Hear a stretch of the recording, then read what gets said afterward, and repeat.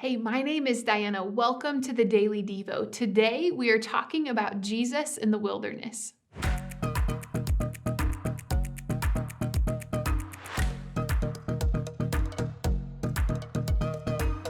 Hey, so this series that we're in looks at four people who navigated times in the wilderness. And yes, they were in the literal outdoor wilderness, but more than that, they were navigating difficult situations in life.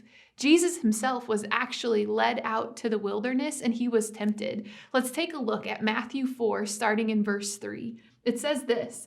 It says that the tempter came to him and said, "If you are the Son of God, tell these stones to become bread." Now, here's the deal. The first temptation is this challenge for Jesus to turn ordinary stones, ordinary rocks into bread, to prove himself, to prove the power that he is the Son of God, and to provide for himself.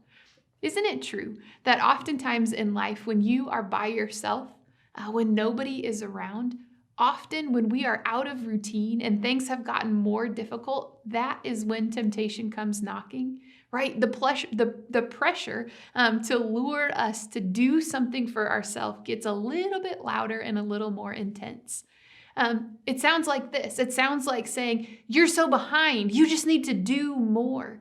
It sounds like you need to spend more time at the office, no matter the cost to your health or your relationships.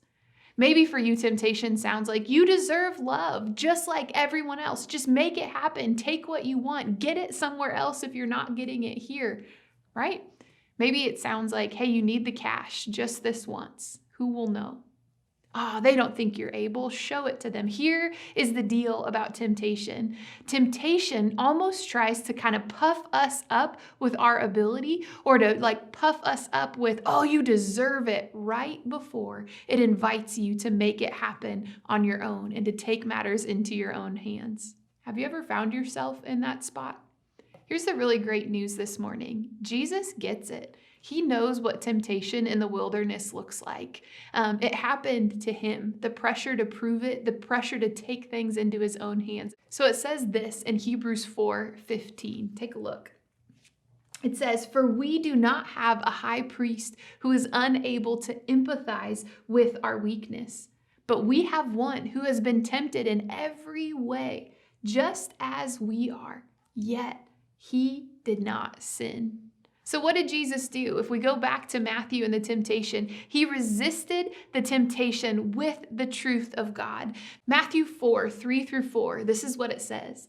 It says that the tempter came to him, right? And said, "If you are the Son of God, turn these breads into stone." And Jesus answered. He says, "It is written, man does not live on bread alone, but," catch this, "on every word that comes from the mouth of God." Matthew 4, 3 through 4. Here's what Jesus is saying. It's not the concrete stuff of life, the practical details like having a place to live, food to eat, people to connect with. What he's saying is that people actually live on every word that comes from the mouth of God, the truth that tells us who God is, who God says we are, and how to live with him. And really, in this moment, in the wilderness moment of temptation, where Jesus is being tempted to prove himself, he's making a choice. He's saying that I choose God's perspective and to follow him.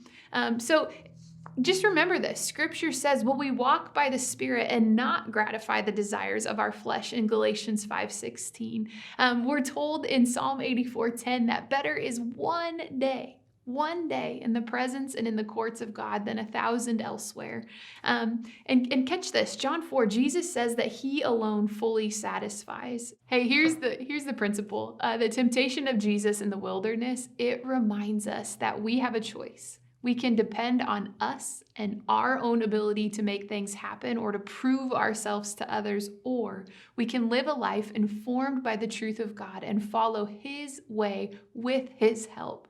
You see, Jesus chose to turn his heart to God, and he chose to believe the promises of God and the way of God. Let's choose God's way as well. Are you going to choose to live life on your own or to live life with God's help and his strength?